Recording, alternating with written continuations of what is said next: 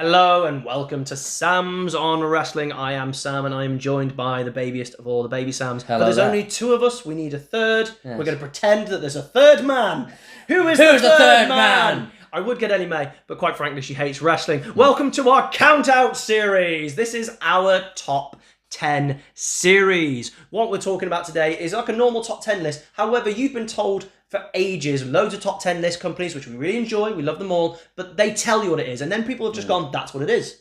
What about your own personal choice? What's your choice for these things? That's what count out is. There's no, anger, there's no right or wrong, this is just what is your personal. So we want to know your personal best, and we're doing today triple threat matches. Why are we doing triple threat matches, Sam? John Cena's brackets. We feel like we've done triple threats a bit of an injustice, and I'm more pointing the finger at you. Yes, I would blame vetoing them out. I chose triple threats. So yeah, if you watch the John Cena brackets video, if you haven't got to see it, go watch it. John Cena's best ever matches. Turns out there are absolutely insane number of matches, but every time one of his triple threats, which were all brilliant, turned up, a better match was there. So we wanted to give triple threats a little bit of respect. I was trying to put them through, and then you were like, "Oh no, the Firefly Funhouse match was better." I'm like, "Come on," which I prefer. Yeah, I know. So please don't forget to like, share, and subscribe, and put in the description. What? Put in the comments. We're doing the description. Change the description. I've probably made a typo. Put in the comments below. What are your top 10, or even if you're top 3, top 1, whatever it is, triple threat matches. Samuel, number 10. This is a little bit controversial because a lot of people aren't going to classify it as a proper triple threat. WrestleMania 31, Seth Rollins cashing in on Roman Reigns and Brock Lesnar. I include that as a triple threat. Yeah, no, it is a triple threat, but people go because it was a cash-in. No, this is one of actually, if you look at cash-in matches, and I know you don't like most cash-in matches. I really don't. Because they're really formulaic. This was enthralling, exciting. Great. It lasts like 3 minutes, but the tension, because it was so... The match between Brock and Roman is fantastic, and that's not counting towards this. Which is surprising, because we were not ready for that match. Exactly. The crowd was so into it, and the timing of Seth's cash-in was perfect. What the hell? Seth Rollins. It was brilliant. People didn't really know what was going on because they hadn't seen it. And how many times did you see that in wrestling? Like a new thing that people hadn't seen before. Yeah. With a concept. And then people were like, what's happening? And then Brock kind of got up with the F5, which Brock looked amazing in. On the spear looked like it hurt. And then, it was a big spear. Oh, that looked like it hurt because he can't protect himself. Most of that match looked like it hurt, to be honest. They went balls to the wall. And then it was a really clever way of protecting everyone and making Seth look clever. Is it low down because it's not full really a triple threat match? Yeah. That's why it's not on my my list. I had to have it on here. Yeah, it's not on my list for that reason, because as much as I do classify it as a triple threat, I couldn't justify putting it on. My first one is a definite triple threat. We're at SummerSlam. It's Triple H, The Rock, and Kurt Angle.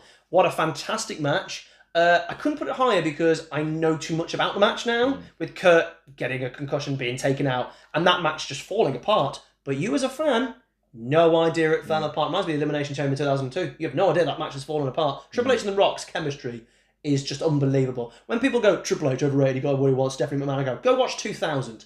Go watch Triple H 2000. He is the #1 wrestler in the world. Not in WWE, in the world. And him and Rock have great chemistry. Kurt Angle comes back out, and you know how much I hate people working concussions and all that stuff. I'm like so against it. Health and safety. It's like when Randy Orton got pile drived by Kevin Owens. The amount of people like are going, oh, his head was hardly anywhere off the floor, and he's now pretending he's on a stretcher. I was like, it's wrestling, it's you fake. clown. However, Kurt was not fake Kurt. Why did they think they could do the pedigree on those weak tables back in the Attitude Era? And he did it so many times that that's not the only time it went wrong. Yeah, Rock as well had the rock bottom. That was always risky. Yeah, but this match was actually really special. And fair play to Kurt Angle. I think this match weirdly put him in good stead in the back, which really makes me sad that him showing he was tough made him, but this is wrestling in 2000 and 2001, what you expect. But I think this was, a fantastic triple threat and deserves to be on the list. No, that's absolutely fair. Sam, your number 9. My number 9 is a bit of an iffy one, not because of the match, but because of me. Basically, I've gone Styles and Daniels and Samoa Joe, that incredible TNA match. It's not on my list. Wow. Because I'm the same as you. I'm a big TNA fan, but I'm a big TNA fan around the time Christian moves over. Yeah. I watched a little bit into like 2000, 2003 because it used to be on the Wrestling Network, Wrestling TV. Yeah. It was a channel for wrestling. And that's where I saw TNA in 2004. And then I got glimpses and things were a little bit all over the place. I just saw Jarrett constantly. So I've only seen clips of this match, and I don't think I can ever, and it's amazing. The clips I've seen are amazing, but I couldn't justify putting it on because I've not seen it, and I feel like a bad fan, and I feel like a bad TNA fan, but for some reason I just haven't turned it on. Maybe we should watch it tonight. And then we can put it on the list properly. Yeah. Maybe for me it's just because there's almost like a lore and hype about this match. It's the greatest ever match from TNA, supposedly. Yeah, and I have seen the highlights on YouTube a very long time ago, and I just thought, it's one of those when you think of amazing triple threat matches, it comes to your head, but I am like you, I've not seen it the full way through. So that's why I put it 9, because it's supposed to be hours. Yeah. So I feel a bit like, not right putting it on, but I felt wrong not putting it on, if that made sense. Yeah, no, I agree. I didn't put it on because I want to be true to myself, and I feel a bit guilty, but I know it's amazing. I will watch it, I promise. My number 9, I'd be surprised if it's on your list actually, but I watched this match and I remember going, do you know what, this had no right to be any good. And it's got Alberto Del Rio in it. Oh, is it the Hell in a Cell? No, but I did like that because that was clever, locking John Cena out, but the match actually isn't actually very good, even though it's quite clever. No, that's the only triple threat I can... Miz and Punk from TLC. Oh, okay. That's really good. Okay. It's really clever. I loved the handcuff spot and then getting out. It's all really, really good. I actually really good because we've just come off Punk with Survivor Series and Howard Finkel. This actually was not that bad for an Alberto Del Rio thing. It's probably the best thing he actually did. And this triple threat had Miz. Why? But he is there. And this match is really good. It's surprisingly good than I think it is. I actually enjoy this match. And you remember, everyone is watching now.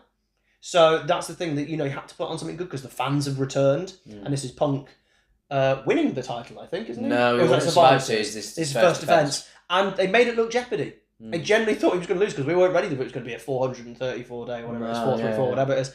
And I actually think this is a really, really good match. So I would like to give some praise to The Miz and Alberto Del Rio for actually being on a best matches thing for me, because I actually genuinely was surprised how good this match was. And it was on the same night as Triple H, Kevin Nash. So there you go. Wasn't it there to climb a ladder to get a sledgehammer?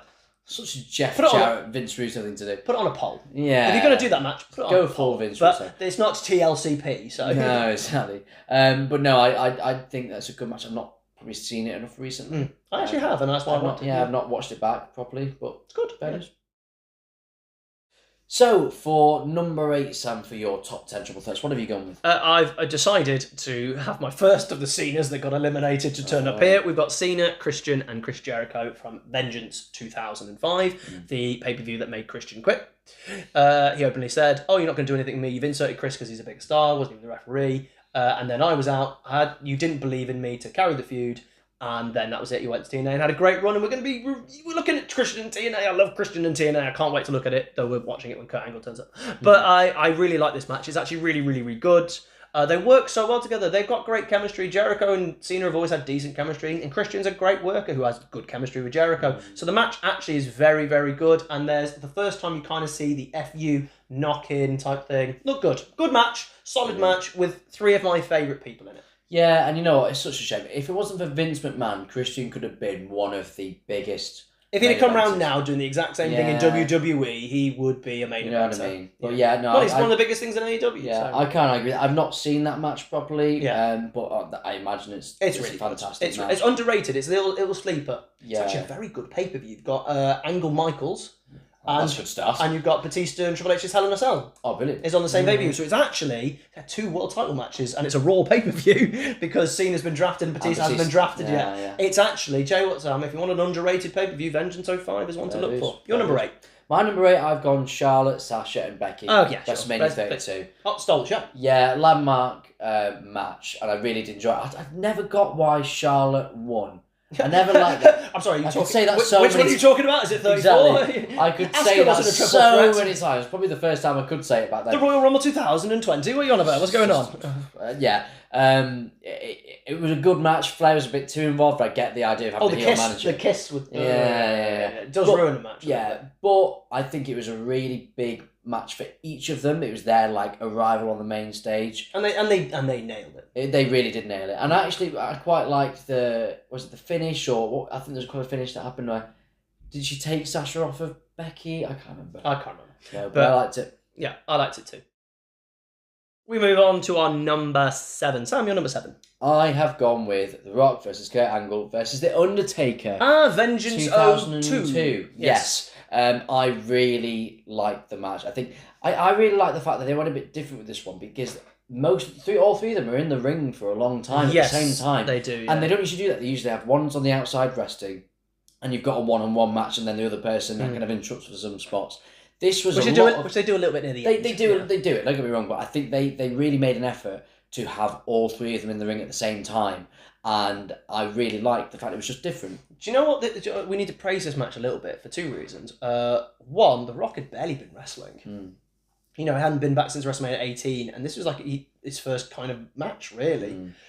And he's really good. But also, this is, in my eyes, the return of The Undertaker. Because it's been from a return from Judgment Day in 2000 to this, he's bad. He looks unfit, he doesn't look like he cares, and everyone thought he was going to retire. And this match is exceptional. And then he starts going on little good runs. He has a brilliant match with Brock. He then is 2003 is very solid, and then he starts slowly putting on Stormers and stuff, and he gets better and better and better. And I think this match has everything to do with it. And by the way, Kurt Angle wasn't meant to be in the match. Was he not? It was Rock versus Undertaker was booked, and then somehow Kurt Angle weaseled his way into this match. I think my brain has him pinning him. So Undertaker is pinning Angle and taps at the same time type of thing. Yes, he did because he gets him in that head scissors. Yes, I believe he gets pinned and Undertaker taps at the same time. And that's what got him in there. I never knew that was the causality. I think so because he's still got his wig on, which he got to King of the Ring. No, not King of the Ring. At Judgment Day, and then King of the Ring is still wearing it, and then Vengeance in the next pay-per-view. So I think it is that ballpark. Yeah. So that's what I'm going with. But I just think it's a really entertaining triple threat. My number 7. Once again, we've got a John Cena getting as due. This is John Cena versus DX, the Triple H Shawn Michaels one. It has one of the best moments at the beginning of any match of all time. Shawn Michaels' super kick to Triple H is one of the greatest moments in a match. Full stop. Because not a single person in the arena and watching at home thought that was coming. And Cena's face sells it. It's phenomenal. And then they have a great one-on-one match. Triple H then takes out Cena takes out Shawn. They have a great one-on-one match. Match ends after that. It's a really good, underrated match from an era where things aren't going well. Not at all. And can I just say it's my number 6, so I may as well just... well then we'll flick over to number 6, shall we? Sam, your number 6? My number 6, Sam, is it's that. So it's match, as we know. There's another really good spot inside it as well where Shawn super kicks Triple H and then falls down, and Triple H kind of falls onto Cena, and the ref starts counting, and everyone thinks they're going to do it. Yeah. So that's really good. It's a great match. There's a lovely little third act in there as well. Oh yeah. I love the match, and because back then it was so 2D storytelling where especially with Cena. Because Triple H and Shawn are they good guys and they're tag team, so they can't fight each other. No, they actually just absolutely. It was the one time. It was the one time they did. If you've seen a Lockbox video potentially coming up soon, where they had 2 people who were friends and didn't do the whole you're pinning now, but now we have to fight. They actually did it straight away. So yeah, I like that match. And my number 6 is Rock, Undertaker, and Kurt Angle. We've talked about that enough. It's actually a really, really great match. They all steal each other's finisher, which I always find fun. So that was always fun. Watching Kurt Angle do a choke slam to the Undertaker is what? He's so small. And Undertaker's so large. It's a great match. What I like about it is Rock pins Angle, and Undertaker's too tired to break it up. Really good, because I remember there's some great psychology there. I think there was a thing when in AEW and there's Bucks and Omega and there's Hangman and the Bucks I think are holding Hangman. He's can't get there, trying to stop the pin. That's the good stuff. I remember Buddy Murphy. I always call him Buddy. I remember him trying to defend his cruiserweight title, and there's a pin going on as a fatal 4-way, and he's just too tired to break it up with a kick out anyway. And that's just good psychology. And this match I think is an excellent version of psychology. Fair play to The Rock. He has a great little 2 months here. And this, as I said, is the resurgence of the Undertaker, and Angle is just great. Sam, we move on to number 5. What have you got number 5? I think this is a bit of a forgotten one in recent history. Okay. WrestleMania 37 main event. Roman Reigns, Edge, and Daniel Bryan. God, I've completely forgotten all about it. That, my case summarised. Everyone forgets about it. It's because I didn't watch it. Well, there you go. And I get that it was pandemic era. I watched night 1, and then went, I can't be bothered. Didn't watch night 2. No, I think this is a barnstormer of a match. No, you're absolutely right. So I've seen it. I've watched it. It's great. The art of it is when also any 3 of them could have won. You could have seen any 3 of them winning. And I remember having to defend to you because we had a massive argument about it, and you were there going, Edge should have won. Edge should have won. I don't get why Edge should have won. It's the redemption night. And I went, no, wait. It's almost like I predicted the bloodline. You didn't know everything that was going to happen. But I told you that Roman needed a long reign to solidify the heel run. You went, I could have won it a month later. I went, it wouldn't have helped. And I did this big, long explanation of what would happen. And effectively, I was right for about 6 months. You were way more right than you thought you were going to be. I couldn't believe. I really wish we were filming at the time because essentially I just nailed WrestleMania 37 and onward. Yeah. I got it wrong, so when Jay turned up is when things went a bit, went haywire. I didn't have the faith that they were going to do something like that. Yeah. I wanted Edge to go and win it because... Edge I'm not going to lie. But the match itself is brilliant. And you can go, Jimmy interfering, is it a bit like, it was needed. A bit of a trope? It was needed. No, I get it, but it's a bit of a trope. Was that his return? That was his return, wasn't it? I don't know. I can't remember. So. Was he with him? I can't forget. I think he was Jimmy and Jay are all over the place in my mind. The finish, not just the heel winning, but him stacking them on top of each other. It's an unbelievable image. A heel doing what they said they were going to do is always worked. Will always work for me. That made him feel way more legitimate, and I think that was something that really catapulted him to going, I'm going to have this unbelievable title reign. And he did. Yeah. And he did. And people are now, pooing on it now because it's too long. Like, no, it's phenomenal. It's still great. And that match, you're absolutely right. I've completely forgotten all about it. You're right. Should have been on my list. Point. Underrated, forgotten gem. Definitely, I think could have taken out a couple of things at the bottom of my list. You got absolutely right. In reality, Samoa Joe, AJ, and Daniel should be on my list. And that would be on my list as well. So my bottom 2 probably should go out there. So you can revisionalise my hit list if you so choose. But my number 5, Sam, we're back at Vengeance. It's actually the year after we've had The Rock, Undertaker, and Kurt Angle. It's Brock, Kurt Angle, and The Big Show having a way too big a gooder match than they should have any right to do it. And you're thinking forgotten matches, you've picked a main event to WrestleMania 37. Yeah. This match is awesome. They throw everything at each other. Kurt has just returned from his neck after WrestleMania 19, so his massive face. Brock is still a face, the kind of just about failing face, but we still like him. Big Show is actually being booked well. It's been booked all well in 2003. It's booked really, really well. And they just go all at it. There's Angle slams through tables. Kurt Angle wins the match on his return, gets the title, which leads to Brock's heel turn. This match actually has no right, because it's got Big Show in it, to be as good as it is. Yeah. But you know what? Brock and Big Show have some of the best chemistry. They really do. Angle and Brock obviously have some great chemistry, and Angle can work with anyone. This match is rock, Sam.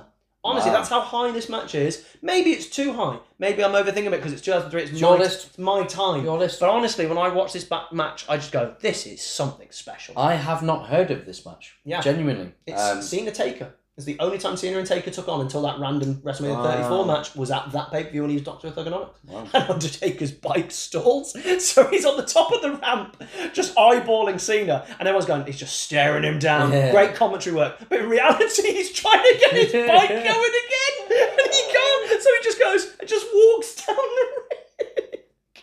But fair play to Taker. Like, literally, if it was me and you'd be like, shh, where's my bike? But he's like...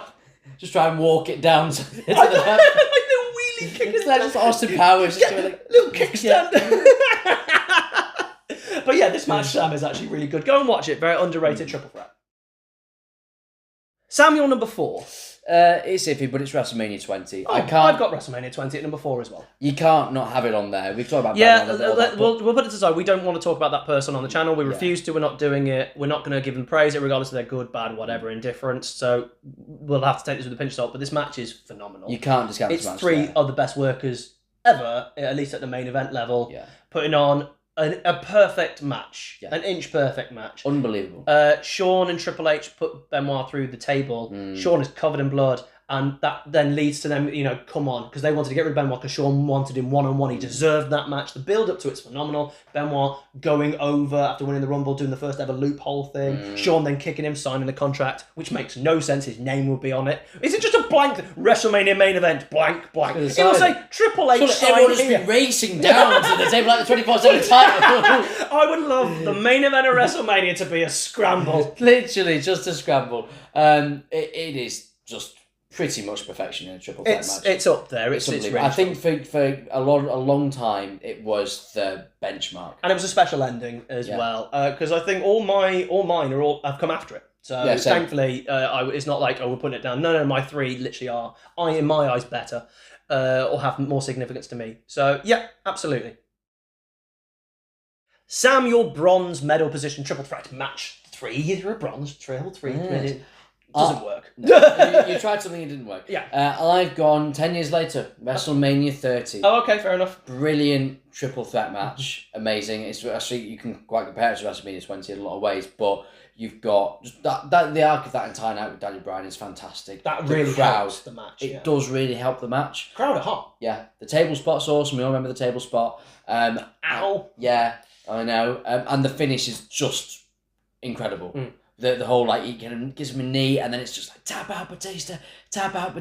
Michael Cole doing brilliant work. Yeah, it is a fantastic triple threat match. The crowd does half make it, because it's, I think you can argue on some of these... Fair play to the crowd, because they were still taken aback by what had happened about half hour earlier, to be fair. The streak going. Yeah. So, fair play. It's almost like that added to it. I think it did. They needed that kind of pick-up. When people talk about should the streak ended, I'm in the category of it should. And I'm in the category, it's the right person to do it. One day we'll talk about it as a controversial topic, I'm sure. Oh, I didn't know you thought it was the right person. Yep, I actually will believe it's the right person, or at least a right person. There could have been other people who could have done it, but I'm not sitting there going, they were wrong. And they're going, no, that's also correct, I'm fine. There's no one option for anything in wrestling. No, I get that. But the fact that I think it was the right time with Bryan, it made sense. When people go, oh, you should have done it at the end, you should have retired. I'm like, do you know what? Whether you pair it with what's happening in the night, it makes it one of the... I just wish he hadn't got concussed. But we're talking about triple threats. Do you want to do my number 3? I would love to do number 3. You've already mentioned it. I'm 2 years later. I've now got the Horseman triple threat there. The women's Horseman. I think this match is more important than we need to realise. Because first of all, it showed women's wrestling. Because even though the evolution had kind of started a little bit, earlier, they hadn't done it. At all. What's the women's match in WrestleMania 30? Is it Paige and AJ? Is it that? Bellas, yeah. And what's that nonsense? What's that rubbish? What's 31? That you just said 31. Oh, is that 31? So what's 30? Can't even remember, okay. Right? So that says everything, right? Whereas 32, this put it on a pedestal. And the finish I kind of give a little bit of leeway because I hate the finish. But this match stole the show. It never happened on, I'm going to say, any pay-per-view. I think it was that and the IC ladder match was up I still think this is match of the night. Yeah. By an absolute, that one, 31 has just surprised everyone how great it was, the ladder match at 31, and then they went and jumped it at 32, which shocked everyone even more. But this match stole the show, and I can't, and try and give me an example potentially, but I can't think of a women's match up to that point that had ever stolen the show, and they do it at WrestleMania 32. 3 women. I still think this is Sasha at her best. I don't think she ever gets back to this level. She has occasional matches, like her match with Bianca is really good. She had a couple of good ones with Charlotte. I think she had Hell in a Cell, I think, with Becky, which is really good. But it's like spots. This is a continual run where Sasha was fantastic for about a year. Charlotte's brilliant, obviously. Becky hasn't come into her own yet, but she's a really good foil for the match. I think this is an extra match. Finish is what actually knocked it down for me. But generally, I watch this match and it actually brings me joy. And it brought me joy at the time because it's a terrible pay-per-view. It's one of the worst pay-per-views. It really goes under the radar for how bad it actually is. And arguably, Sam, this could have main evented 3 years before it did. It really could have done. If I had the story behind it, it could have main evented. But for match quality, it was a main event level match quality match. I really do believe that. We've never seen that in any WrestleMania. No. Not even when Trish and Lita were doing. They were never getting that. They were never getting that. They had a small triple threat at 18 in the death spot. They had a decent-ish one at 19 with Jazz and Victoria. 20, she wasn't even on the card. That was Molly Holly and Victoria, which wasn't even meant to be on the card at all. But Molly Holly went, I will shave my head to be on the card. That's how bad. And then we started getting into the Divas era of Christy Hemme was at 21. And then, it was awful. It was that. And this is more significant because it was, you started to push them a little bit more, but it was to the casual audience that just tunes into WrestleMania. Suddenly it's like, oh, the women's match is actually a big deal, which they weren't used to. They should have pushed it at that point. They really should have. Yeah. They really should have pushed it really more at that point. But yeah, I love this match, Sam. I don't take it as a standalone thing. I don't think it's better than quite a few of the matches I've got on, but I think I get your...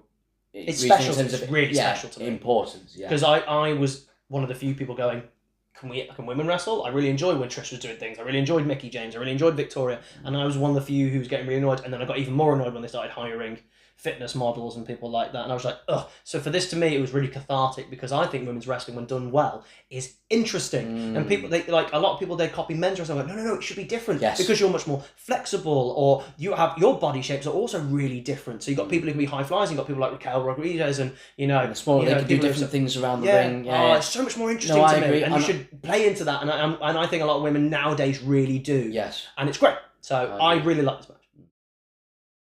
The silver medal position, I'd like to go first because it's already been mentioned, Sam. I've got WrestleMania 30 here at the silver medal position. Okay. With Bryan, Batista, and Randy Orton. Yeah. I don't dispute that at all. You have missed out one of two unbelievable. I'm looking forward to it then. Finding out. I think you'll realise. Yeah, I like forgetting. Exactly. I like forgetting. He's an old man. It's true. Maybe I don't like it. You don't know. I love this match. I watched the slot pay-per-view live at the time, which, if you live in England, that's really hard. And I was blown away by The Undertaker. I was texting a mate who was an hour behind, and he was like, oh, how has it been going and stuff like that. And I just watched The Undertaker thing, and I'm like, and I literally went, I can't say anything at this point for two reasons. One, I physically can't, and two, I don't want to give anything away for you. And then when, Undertaker, I go, that was ridiculous sort of thing. But this match is unbelievable. It was so happy. We all didn't believe it was going to happen until it did. I think we were all pretty much certain that Daniel Bryan was going to win. But even us were sat there going, is he going to do the Evolution Triple Threat? We all had doubt. And even when we got to the match, they're going, are you going to push us even more? Because you'd already pushed us for 8 months. And we didn't trust them. And the match happened. We were all so happy. The confetti, it was brilliant. It was phenomenal. I loved the moment. How was Randy's back not broken? Oh, it looks like it killed, doesn't it? It's a stupid move. No, it's a stupid move. It's a really stupid, dangerous move for Bryan to take, even if you kind of do it safely. Why did they still have those stupid TV monitors in, 2014? And move them out the way, lads. Oh, my God. What's your number 2 that I've forgotten? Is that Gunther, Sheamus and Drew? I don't actually care that much for that match. You don't really? No, I think it's okay. It's brilliant. Right. I love that. I really enjoyed it. I really enjoyed it. It doesn't go that highly for me. If it was on my list, it'd be 10 or 9. It's not a bad match. But I think the fact that it was not as long as I thought it would be, I would rather it would be a main event level match where they got 25 minutes. I thought that Gunther and Sheamus was better. Oh, I agree. I think that's even better. And that kind of, I don't know if that influences me here. I think Meltzer gave it 5 stars. I thought, but there's actually one reason genuinely that this is not on my list. Go on. And this is unfair. It's unfair. Okay? Because it's not their fault. Right. I can't watch this match unless I watch it on mute, and then when you watch wrestling on mute, it sucks because I can't listen to Titus O'Neil. Call the police! I can't listen to it. It genuinely just annoyed me so much, and it was sponsored by Hard's Lemonade because they hit hard. And I think I just soured. I need to watch it back again to have some happiness and some joy. Yeah. But I think it just annoyed me, this match. It's a great match. You're absolutely right. I have forgotten about it. I get the Titus O'Neil comment because he Call the police! He ruined everything he commentates. Everything without fail. Call the police. He ruined the Dudley's return as well, but that's a whole other. Oh, yeah, he did, yeah. But this match, to me, I love that different genre match that's really hard hitting. So yeah, I'd have Gunther versus Sheamus 1v1 in my top 10 probably of wrestling matches. I just wish they'd done that match at Mania again. Yeah. Put Drew somewhere else. No, likewise. But no, I absolutely loved it, and Drew really brought a different side to it, and he hits hard as well. They all hit hard. So magnificent. I was watching it, and I was just going, oh God! Like whenever you get those kind of reactions from me for a wrestling which match, I get from Gunther matches, which is different to the average triple threat match, then you're doing your job. I was thoroughly entertained. It probably should be on my list. I'm annoyed by so much that happened around it, but it is better than some other things I've got near the bottom. You're absolutely right. But I think I don't connect to it. I think I always go to Gunther, Sheamus more than I go to that. So it's just kind of a forgotten match for me. It didn't leave an impact on me. Yeah. I think that's what it is. We move into the number 1 position, and I think for the second time, I think we're going to be together, I think. Well, and not just together, I think involving Seth Rollins. Well, unless yours is the Firefly Funhouse match, so you just put it there. Hey, he played 2 different characters in it. Quiet. It is clearly, I don't even have to ask Sam, it's the Royal Rumble 2015, Seth Rollins, John Cena, Brock Lesnar, which was eliminated in the first round of John Cena's greatest ever matches, and it's going down as our favourite triple threat You essentially matches. have got the Firefly Funhouse match has destroyed an entire genre of match. Triple threat, yeah. It's destroyed an entire match type in one swoop with one move. I believe you just said it's better than every single triple I threat. believe the Firefly Funhouse is better than every triple threat. Then you think it's better than the triple threat match stipulation? That's what you think. I know. That's how much you like John Cena doing this when the rubber hits the road. That just does it for you, instead of Seth Rollins destroying himself through a table. You're right. You silly, silly man. You're nothing but right. You don't deserve the power of the veto. And you know what, Sam? I used it wisely. I used it well. That's what the veto's there for. This match is phenomenal. It is one of the worst pay-per-views of all time. Unbelievably, it's not the worst Royal Rumble pay-per-view at all. And people say it is. It's not. 7 years later, trust me.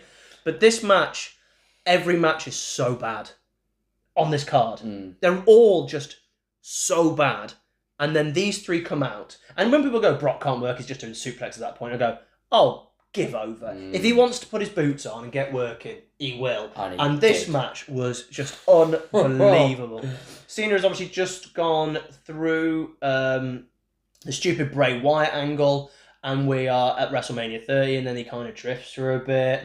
And now we're building towards 31 where he beats Rusev. That's 2 months away, and then he goes and run. And this was the precursor to showing how good Cena actually was. Yeah, that Cena could really wrestle. But it's the psychology of it all as well, because this is what, so Brock picks up Eminem, not Eminem, you know what I mean? Jim Mercury is one of them, and Jamie Noble, and J&J Security. J&J Security. And, thank you. And double suplexes them. Oh, it was great. Yeah, it's hilarious, entertaining, and then Seth doing, I mean, the psychology. Seth is on... It's amazing. He's on fire. This could be Seth's best match, and I'm not. That's saying something about Seth. I'd argue so, yeah. The psychology is masterful. You see each individual character within everything that they do. Seth's being really underhanded. Cena's getting his ass handed to him, but he's valiant about it, and he's still going, still AAing Brock. And Brock is Brock. He is a freak of nature, and he keeps getting up. He kicks out of an air one, but you believe it because Brock's been built that strongly since the streak ending. And it is perfect. The spot where he elbows him through the table, he basically bounces off him. It's one of my favourite table spots ever to look at as well.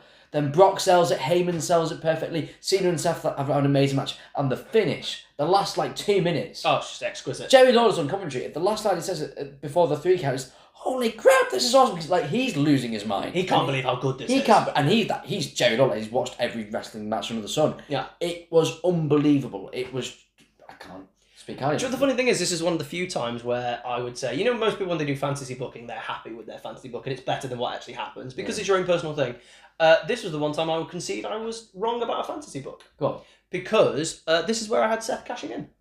After he lost. Yeah, I'd have him lose or Cena lose and then bang, briefcase shot. No one has ever cashed in after the match they've been in. And I think that would have been really interesting, but then they did a much more interesting one. And yet, we are still 20 years down the line, and no one has done that interesting trope. Hey, it's almost like the Money in the Bank, you could do something interesting with it. But do you know what? I have to say this, and in conclusion, thank you for joining us. Don't forget to like, share, and subscribe. What are your top 10 triple threat matches? What would you put in? Do you agree with ours? But in conclusion, the Firefly Funhouse is a much better match than John Cena, Seth Rollins, and Brock Lesnar. Unsubscribe.